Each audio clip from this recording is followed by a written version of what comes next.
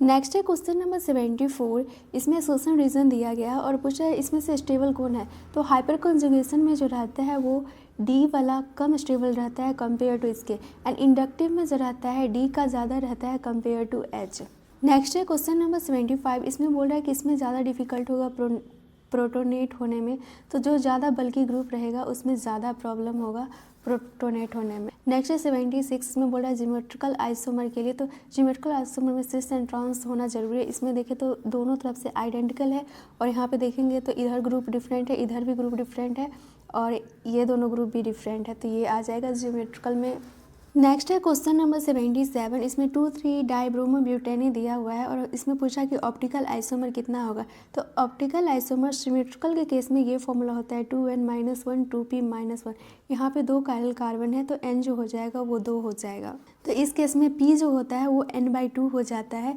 तो 2 chiral carbon है तो 2/2 करेंगे तो ये 1 आ जाएगा एंड इसको फॉर्मूला में पुट कर देंगे।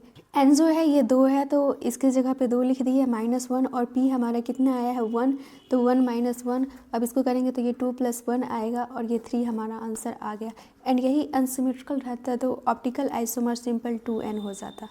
नेक्स्ट है क्वेश्चन नंबर 78। इसमें हमसे सिंपल पूछा है डी ग्लाइसिल डिहाइड किसका होगा। तो देखो नीचे से CH2OH के जो राइट साइड में होगा OH होगा उसको हम डी बोलते हैं। नेक्स्ट है क्वेश्चन में पूछता है कि नॉट एरोमेटिक कौन सा है। तो देखो इसमें जो हो गया ये 2 है, मल्टीपल नहीं है 4 का, और यहाँ पे देखें तो ये हो गया 2 2 4, ये मल्टीपल है 4 का। एंड इसमें देखें तो इसमें तो sp3 आ गया, तो sp3 तो वैसे ही नॉट एरोमेटिक होता है। नेक्स्ट है क्वेश्चन नंबर 81। इसमें नेमिंग के लिए बोला गया, तो हमें पता है फंक्शनल ग्रुप का प्रायोरिटी CN के लिए ज़्यादा होता है कंपेयर टू कीटोन। बट यहाँ से नंबरिंग करें अगर हम लेफ़्ट साइड से करते हैं तो 2 + 4 6 आएगा एंड राइट साइड से नंबरिंग करते हैं तो 5 + 3 8 आएगा। तो हम ऊपर वालों को चूज करेंगे कंपेयर टू नीचे वाले को। तो नंबरिंग हम इधर से करेंगे 1 2 3 4 5 6, क्योंकि ये 2 है एंड ये 4 है तो 6 आया। एंड यहाँ पे देखेंगे तो ये 5 है एंड ये 3 है तो ये 8 आ गया। तो इस डायरेक्शन वाले को हम नहीं लेंगे, इधर से करेंगे तो ये आ जाएगा 2-ऑक्सो-4 साइनोहेक्सेनी। क्वेश्चन नंबर 82 में पूछ रहा है कि कौन सा लेसाइन टेस्ट शो करेगा। तो इसके लिए सिंपल सा हमें याद रखना है, पंकज सर होलीडे पर है तो पी से पी को 2 पी आया है तो एक पी को कट कर देंगे और यहाँ से एन ले लेंगे। तो ये नाइट्रोजन के लिए हो गया, ये सल्फर के लिए हो गया, एच हेलोजन के लिए हो गया एंड पी फास्फोरस के लिए हो गया। नेक्स्ट है क्वेश्चन नंबर 83। इसमें पूछ रहा है कि ग्लिसरॉल को स्पेंट लाइट से सेपरेट करने के लिए कौन सा मेथड यूज़ करते हैं। तो ये होता है डिस्टिलेशन अंडर रिड्यूस प्रेशर। ये NCERT पेज नंबर 280 में दिया गया है। नेक्स्ट है क्वेश्चन नंबर 84। इसमें पूछता है मोस्ट स्टेबल कार्बोकैटायन कौन सा होगा। तो वो 3 डिग्री 2 डिग्री 1 डिग्री। नेक्स्ट है क्वेश्चन नंबर 85। इसमें पूछा है अल्फ़ा हाइड्रोजन कितना होगा। तो अल्फ़ा हाइड्रोजन के लिए सिंपल सा, यहाँ पे हम डबल बॉन्ड से आगे देखेंगे तो यहाँ पे 1 2 3 4 5 6 7 8 9 10 अल्फ़ा हाइड्रोजन यहाँ पे है। एंड इसमें चेक करें तो इसके आगे 1 अल्फ़ा ये हो गया, 2 इधर हो गया, तो 2 2 4 एक 5 + 5 अल्फ़ा, टोटल 15 अल्फ़ा यहाँ पे प्रेजेंट है। नेक्स्ट है क्वेश्चन नंबर 86। इसमें सिंपल IUPAC नेम है। नेक्स्ट है क्वेश्चन नंबर 87। इसमें 1 ब्यूटाइनी दिया गया है, इसमें 2 पाई है। तो पूछा इसके ही जैसा कौन सा ऑप्शन है जिसमें कि 2 पाई है। तो यहाँ पे 1 2 प्रोपैडाइनी दिया गया है तो यहाँ पे 1 पाई ये हो गया, 1 पाई ये हो गया, तो ये ऑप्शन सही हो जाएगा।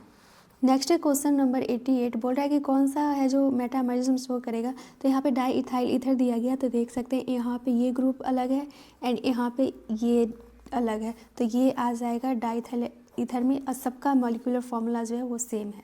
नेक्स्ट है क्वेश्चन नंबर 89। इसमें हमसे पूछ रहा है L-सेराइन कौन है। तो इसको सबसे पहले हम RS से चेक कर लेते हैं, ये इसका सबसे ज़्यादा एटॉमिक नंबर होगा क्योंकि फर्स्ट एटम है। तो ये हो गया 1, फिर इसमें डबल O है तो ये हो जाएगा सेकेंड प्रायोरिटी देंगे एटॉमिक वेट के बेसिस पे, एंड फिर ये 3 एंड ये 4 हो जाएगा। अब हम 1 से 3 पे आए तो ये क्लॉकवाइज है, तो क्लॉकवाइज जो होता है वो R है एंड H वर्टिकल में है तो चेंज नहीं होगा, R का R रह जाएगा। अब सिमिलर वैसे ही नीचे करेंगे तो ये है 1 हो जाएगा, ये सेकेंड हो जाएगा, ये थर्ड हो जाएगा एंड ये फोर्थ हो जाएगा। अब 1 से 3 की ओर आए तो ये क्लॉकवाइज है तो R हो जाएगा, बट H जो यहाँ पे है वो हॉरिजॉन्टल है तो R से चेंज हो जाएगा S में। पूरा ऑप्शन में सिर्फ एक यही है S आएगा, तो इसलिए आंसर हमारा ये हो जाएगा एल्सीराइन का। ये सब क्वेश्चन को एलिमिनेशन मेथड से कर लो, सही रहेगा। नेक्स्ट क्वेश्चन है 90, इसमें हमसे पूछा है जेड आइसोमर कौन सा है। तो देखो इसमें ई होता है और एक जेड होता है, ई से अपोजिट होगा एंड जेड से सेम साइड। तो सेम साइड पे जिसका एटॉमिक वेट ज़्यादा होगा उसको हम ज़्यादा प्रायोरिटी देंगे। ये दोनों में देखें तो इसको ज़्यादा देंगे क्योंकि इसका ज़्यादा वेट होगा, एंड ये दोनों में देखें तो इसको ज़्यादा वेट देंगे। तो सेम साइड में आ गया ज़्यादा वेट वाला, इसलिए इसको जेड आइसोमर बोलेंगे। नेक्स्ट है क्वेश्चन नंबर 91, इसमें सिंपल जियोमेट्रिकल आइसोमर पूछा है, तो सिस ट्रांस जो होगा वही जियोमेट्रिकल आइसोमर होगा। नेक्स्ट है क्वेश्चन नंबर 92, इसमें सारा एनसीईआरटी में दिया गया है, क्रोमेटोग्राफी पर, लसाइन टेस्ट पे, ये सब पढ़ लेना। एंड क्वेश्चन नंबर 93 जो है ये डुम्मास मेथड पे दिया गया है। तो है atmospheric minus aqueous tension. Atmospheric में से एक्वस टेंशन क्वेश्चन में गिवन रहता है, उसको माइनस कर देंगे। एंड वॉल्यूम जो है ये भी क्वेश्चन में गिवन रहता है, टेम्परेचर भी क्वेश्चन में गिवन रहता है। एंड P2 जो रहता है वो 1 एटमॉस्फेरिक प्रेशर आता है, मतलब कि 760 mmHg, एंड T2 273 ले लेंगे। एंड परसेंटेज ऑफ नाइट्रोजन निकाला जाता है weight N2 by total organic compound into 100। अब वेट N2 कैसे निकालें, तो वेट N2 निकालने के लिए 22.4 लीटर जो होता है इसको पहले कन्वर्ट कर देंगे ml में, तो 10⁻³ से मल्टीप्लाई कर देंगे, तो ये हमारा आ जाएगा 22,400 ml। अब 22,400 ml में 28 ग्राम होता है, तो 1 ml में कितना होगा, तो इसको हम टोटल को x मान लेंगे। तो अब हम निकालेंगे V2 में कितना होगा, तो V2 में x/1 इंटू V2 हो जाएगा। अब इसको यहाँ पे वेट N2 में पुट कर देंगे और सारा का वैल्यू यहाँ पे दिया हुआ है, एंड ये जो टोटल ऑर्गेनिक कंपाउंड है वहाँ पे क्वेश्चन में गिवन दिया गया है 0.3 ग्राम, इसको रख देंगे, आंसर आ जाएगा, सिंपल। नेक्स्ट है क्वेश्चन नंबर 94, pKa जो होता है वो इन्वर्सली प्रोपोर्शनल होता है एसिडिक स्ट्रेंथ का। एसिडिक स्ट्रेंथ घटेगा तो pKa का वैल्यू बढ़ेगा। तो यहाँ पे दिया गया है, देखो माइनस इफेक्ट तो लगता है मेटा पे, लेकिन एम इफेक्ट नहीं लगता है। तो यहाँ पे माइनस इफेक्ट हो गया, फिर यहाँ पे minus I and minus M दोनों लगेगा, यहाँ पे मेटा पे ओनली माइनस इफेक्ट लगेगा। सबसे पहले हम इसका एसिडिक स्ट्रेंथ लिख लेंगे। तो एसिडिक स्ट्रेंथ में जो सबसे लास्ट में आता है वो मेटा का होता है, मेटा सबसे लेस एसिडिक होता है। तो हम इसमें एसिडिक स्ट्रेंथ का ऑर्डर लिखेंगे, तो इसमें हो जाएगा सबसे ज़्यादा सेकेंड का होगा। यहाँ पे एस बॉन्डिंग होता है बट मेटा से ज़्यादा एसिडिक होता है ये। फिर थर्ड आएगा क्योंकि मेटा पे यहाँ पे एक ही लगा है बट यहाँ पे दो लगा है, तो इसका सबसे लास्ट में आएगा एसिडिक स्ट्रेंथ। अब इसी का उल्टा कर देंगे pKa का, तो ये हो गया first, third and second. Question number 95 में बेसिक स्ट्रेंथ पूछ रहा है। तो बेसिक स्ट्रेंथ जो होता है एलिफेटिक का ज़्यादा होता है एरोमेटिक से। नेक्स्ट है क्वेश्चन नंबर 96, इसमें पूछा है स्टेबिलिटी ऑफ टॉटोमर। तो देखो यहाँ पे फर्स्ट में दिया गया है कि रेजोनेंस है, तो रेजोनेंस वाला ज़्यादा स्टेबल होगा। फिर सेकंड में है डाइकीटोन, तो डाइकीटोन ज़्यादा स्टेबल होगा कंपेयर टू कीटोइनॉल। तो सबसे ज़्यादा स्टेबिलिटी रेजोनेंस का हो जाएगा, फिर डाइकीटो का हो जाएगा, फिर कीटोइनॉल का होगा। नेक्स्ट है क्वेश्चन नंबर 98, इसमें जो पूछा है pKb का कितना होगा। तो भाई pKb जो होता है वो इन्वर्सली प्रोपोर्शनल होता है Kb का।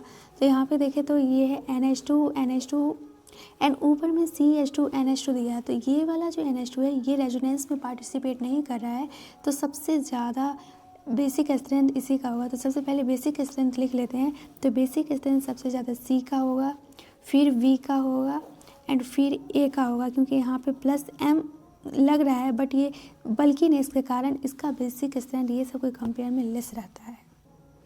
फिर यहाँ पे D आ जाएगा क्योंकि ये तो वैसे भी -I एंड -M है।